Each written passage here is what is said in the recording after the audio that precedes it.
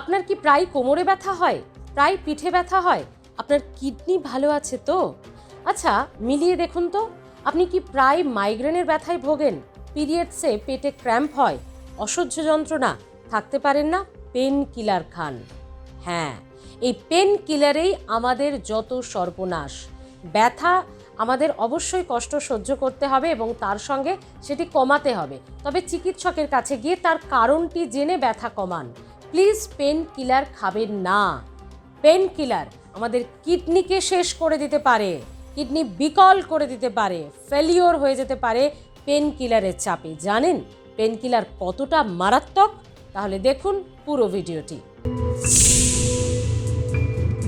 Sir, এবার একটু kidney স্টোনের দিকে আসি। এটাও তো এখন খুব বাড়ছে, তো কিডনি স্টোনও কি কম জল খেলেই হয়? কিডনি স্টোন হওয়ার কারণগুলো কি? মানে সবসময় যে জল কম খাওয়ার কারণে হবে তা নয়। কিডনি স্টোন ব্যাপারটা হচ্ছে আমরা ওই মানে আপনারা যে গল ব্লাডার স্টোন ভাবেন, কিডনিতেও এরকম স্টোন হয়। ইউরিক অ্যাসিড এর স্টোন হয়, অক্সালেটের স্টোন হয়, ক্যালসিয়াম অক্সালেট স্টোন 70 to 80% প্রায়। এছাড়া হচ্ছে আপনার স্টোয়েড হয়, স্টোন হয়। বেশি হয় হচ্ছে অক্সালেট আর একটা ইউরিক অ্যাসিড। এই যে আপনাকে বলছিলাম না যে পিউরিন মেটাবলিজমে ইউরিক অ্যাসিডটা বেড়ে গেল, তো ইউরিক অ্যাসিড যখনই বেশি জমবে তার মানে কি কিডনি দিয়ে তো বেরোতে হবে ম্যাক্সিমামটা, এবার বেরোতে পারলো না, তো ইউরিক অ্যাসিডটা হচ্ছে স্টোন তৈরি করবে। এইবার হচ্ছে যে ওই স্টোনটা বড় সমস্যা হচ্ছে যে ওটা হচ্ছে রেডিওলোসেন্ট, মানে ওটা এক্সরেতে পাওয়া যাবে না। আর একটা হচ্ছে ক্যালসিয়াম অক্সালেট বললাম, যেটা অক্সালিক অ্যাসিড বেশি, তো সেক্ষেত্রে হচ্ছে সেই যে স্টোনগুলো থাকে সেগুলো দেখা যাচ্ছে রেডিওপেক্ট, মানে আপনি এক্সরেগুলো ধরা পড়বে। এবার কিডনি স্টোনের ক্ষেত্রে অবভিয়াসলি জল কম খেলে একটা ম্যাটার করে, কিন্তু যেমন কিডনি স্টোনে যদি আমরা ট্রিটমেন্টের ক্ষেত্রে দেখি, ট্রিটমেন্টটাই আমি ডিরেক্টলি চলে এলাম, এটা ইউএসজি করলেই মোটামুটি পাওয়া যায় ম্যাক্সিমামটা।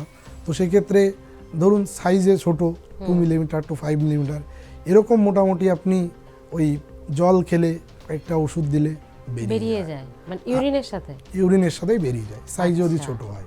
আর যদি সাইজে বড় হয়, কমপ্লিকেটেড হয়, সেক্ষেত্রে দু রকম সিস্টেম আছে, একটা ইএসডব্লিউএল, একটা পিসিএনএল, মানে অপারেশন। মানে এটা যে অনেকটা আপনি মাইক্রো সার্জারি বলতে পারেন, সেটা তো ডিটেইলস মেডিকেল ডেসক্রিপশন মানে অনেকটা বড় হয়ে যাবে। যে ইএসডব্লিউএল করা হচ্ছে যাদের 2 মিলিমিটার 2 সেন্টিমিটার কম, আর যাদের হচ্ছে পিসিএনএল করা হচ্ছে যাদের 2 এর বেশি, 2 সেন্টিমিটারের বেশি। তো এটার ক্ষেত্রে এই দুটো করা হয় আর কি। এবার রেনাল স্টোন এই যে বলছেন ইউরিক অ্যাসিডের মানে বেশি হয়ে যাচ্ছে, কেন বেশি হয়ে যাচ্ছে তার কারণ হচ্ছে দেখুন, ইউরিক অ্যাসিডও কিন্তু ডায়েট থেকে, আমরা ডায়েটে যত বেশি খাচ্ছি, কিছু কিছু ডায়েট আছে, আমি যেমন যাদের ইউরিক অ্যাসিড বেশি থাকে দেখবেন এমন নয় যে ওষুধ দিলাম ফেবুক্সোডার বা ফেবুরিক, তাদের কমে গেল আবার কয়েক মাস বাদে হয়েছে। তার কারণ হচ্ছে ওদের ডায়েট হ্যাবিটটা কী আছে এটা দেখতে হবে। ডায়েট হ্যাবিটে যেমন হচ্ছে টমেটো, ইউরিক অ্যাসিড বাড়িয়ে দেয়। হ্যাঁ, না এবার বাড়ি সব কিছুর ভিতরেই যেগুলো থাকে সেগুলো বাড়ায়, এবার কোনটা বেশি বাড়াচ্ছে, তো এগুলোকে আমরা বলি লিমিটেড করতে। যেমন হাই অক্সালেট ফুড, লো অক্সালেট ফুড বলে হয়। আপনাকে ডায়েটিশিয়ান হোক, এখন তো সবাই নেটে, আমি আপনাকে যদি মানে দেখুন, সবসময় আমি বলবো যে আপনি মানে টিভিতে আমরা বলছি বা আপনি সোশ্যাল মিডিয়াতে দেখছেন, এখান থেকে শুনেই আপনি ডিসিশন নেবেন না, কারণ আপনার রোগটা আলাদা। এবার ডায়েট মডিফিকেশন করলে ডায়েটিশিয়ানের কাছে যাওয়া উচিত, আর অন্যান্য ওষুধ সেটা তো অবভিয়াসলি ডক্টরের কাছে যেতে হবে। কিন্তু যদি নিতান্তই, বিশেষ করে যারা খুব ইন্টেরিয়ার, হয়তো সবসময় অ্যাক্সেস করতে পারে না, কিন্তু এখন তো মোবাইল সবার কাছে আছে, অ্যাটলিস্ট আপনি দেখে নিতে পারেন যে কোনটা বেশি ইউরিক অ্যাসিড বাড়ায়। তো সেক্ষেত্রে আমি অনেককে ছবি দিয়ে দিই যে এইগুলো একটু কম খাবেন, যেটা হচ্ছে অক্সালিক অ্যাসিড বেশি হয় সেগুলো আপনি কম খাবেন। মানে লিমিটেশন, একটা মানে লিমিট করতে হবে, যে একটা লিমিটেড যে জিনিসগুলো খাওয়া খুব বেশি হাই অক্সালেট থাকে সেগুলো আপনি অ্যাভয়েড করবেন, মিডিয়ামগুলো আপনি খাবেন একটু কম পরিমাণ, লোগুলো আপনি ঠিকঠাক করে খান। তো এইরকমভাবে রেনাল স্টোনের ক্ষেত্রে কিন্তু এইভাবেই মোটামুটি একটা হয়, কিন্তু স্টোনটাই ব্যথাটা হয় কিন্তু খুব মারাত্মক। মানে কোন জায়গা ব্যথা? এটা হচ্ছে ধরুন দুই দিকে, এই যে আপনি যে প্রথম যে প্রশ্নটা করেছিলেন যে পিঠে ব্যথা হচ্ছে, এটা নিয়ে চিন্তার কারণ কিনা, কারণ হচ্ছে এটা হচ্ছে ফ্ল্যাঙ্ক পেন, এই বাইলেটারাল ফ্ল্যাঙ্ক, এখানে যে হাড়টা থাকে তার এই জায়গাটাই ফ্ল্যাঙ্ক। তো এবার যদি একদিকে হয় তাহলে একদিকে হবে, আর একদিকে দুই দিকে হলে দুই দিকে হবে। মানে একটা হচ্ছে সিঙ্গেল মানে রাইট সাইডে ফ্লাঙ্ক পেন, আর না হলে বাইলেটারাল ফ্লাঙ্ক পেন, এর উপরে ডিপেন্ড আচ্ছা, অনেকে বলে যে ইউরিন প্রস্রাবের সাথে রক্ত বেরোনোটাও নাকি এই স্টোনের সিম্পটমস। হ্যাঁ, দেখুন ব্যাপারটা হচ্ছে স্টোনটা কি আসছে, ইউরিনারি ট্র্যাক্ট দিয়ে আসছে। যখন স্টোনটা আসছে ওখানকার যে ভেতরের ইনার লেয়ার, সেখানে কোনো কারণে হয়তো দেখা যাচ্ছে ওখানে বেরোনোর সময় তো একটু ঘষা লাগলো, তো দু একবার হতে পারে। কিন্তু হেমাচুরিয়ার যে ব্যাপারটা, এই ইউরিনে যে ব্লাড বেরোনো, এটা হলো হেমাচুরিয়া। হেমাচুরিয়ার কজ অনেক রকম, শুধুমাত্র স্টোনের জন্য বেরোচ্ছে এটা কিন্তু নয়। অনেক ক্ষেত্রে হেমাচুরিয়া হতে পারে। সেই হেমাচুরিয়ার যেহেতু টপিকটা বলতে গেলে পুরোটা বলতে হবে যে হেমাচুরিয়া কত কারণে হয়, কিন্তু হ্যাঁ এই কারণের জন্য, স্টোনের কারণে অনেক সময় হতে পারে। তার ইউরিন করতে গেলে সমস্যা হয়, ইউরিন করতে গেলে হয়তো দেখা যাচ্ছে যে অনেক সময় ডিসইউরিয়া হয়, মানে হচ্ছে জ্বালা করছে, গিয়ে পুরো ক্লিয়ার হচ্ছে না, যদি কোনো কারণে। এটাও কিডনি স্টোন? হ্যাঁ, মানে হতে পারে। দেখুন শুধু যে এইটাই হয় তা না, হ্যাঁ, কিন্তু কিডনি স্টোনেরও এটা হয়, মানে বিশেষ করে ইউটিআই, ইউরিনারি ট্র্যাক্ট ইনফেকশন। যদি দেখা যায় যে আপনার ওই স্টোনটা কোনো জায়গায় অবস্ট্রাকশন করলো, তো অবভিয়াসলি ইউরিনটা পাস হতে একটা সমস্যা হবে। এবার ডিপেন্ড করছে ইউরিনারি ট্র্যাক্টের কোন জায়গায় ওটা আটকে আছে, তার উপর কিন্তু এটা ডিপেন্ড করবে যে কতটা অবস্ট্রাকশন এবং সেই। বেশ স্যার, আরও একটা প্রশ্ন রাখবো আপনার কাছে, যে অনেকেই বলে থাকেন একবার যদি কারোর কিডনিতে স্টোন হয়, ধরুন সে অপারেশন করুক বা ওষুধের মাধ্যমে, আপনি যে স্টেজের কথাগুলো বলছিলেন, সেটা কিওর হয়ে যাওয়ার পরে আবারও স্টোন ফর্মেশন হওয়ার একটা চান্সেস থাকে। ওই যে বললাম যে আপনার যে diet chart, oxalic acid, high oxalate food, high uric acid food, এটা আপনি তো ধরুন ডায়েট মানে বেশিরভাগ কি হলো, একটা ওষুধ লিখে দিল, বা সবাই জানে নেট, হ্যাঁ ঠিক আছে ফেবুক স্টেরয়েড দিলাম খাই, বা কারো কাছ থেকে শুনে নিল।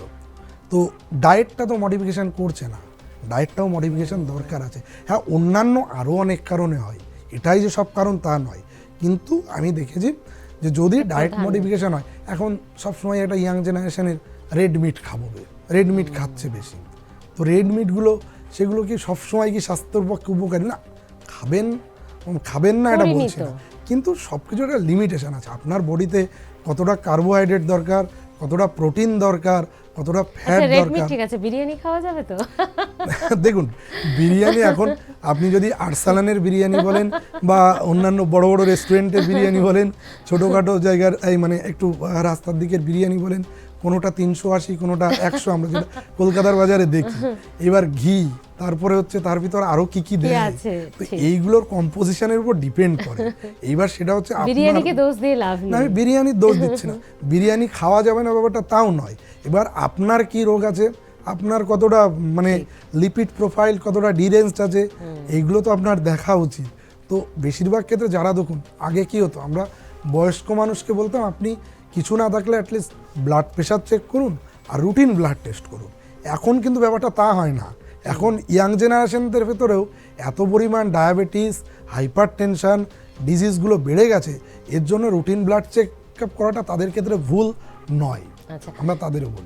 একটা ইয়াং জেনারেশনদের মধ্যে যখন কথা হচ্ছে, আপনি এত বারবার বলছেন, তো আমাদের মধ্যে না পেন কিলার খাওয়াটা, মাইগ্রেন আর এই সাইনাস, এই দুটোর পেন আমাদেরকে খুব, আমি নিজেও, আমার মাইগ্রেন আছে, ফলে পেন কিলার মাঝে মধ্যেই খেয়ে নিতে হয়। আবার এটাও অনেকে বলেন পেন কিলার খাওয়া মানেই অতিরিক্ত কিডনি ডিজিজ হওয়ার পসিবিলিটিস থাকে, তো এটা ঠিক? এটাকে বলে, একদমই ঠিক বলে, এটা হচ্ছে pain killer nephropathy. Pain killer নেফ্রোপ্যাথিটা কি?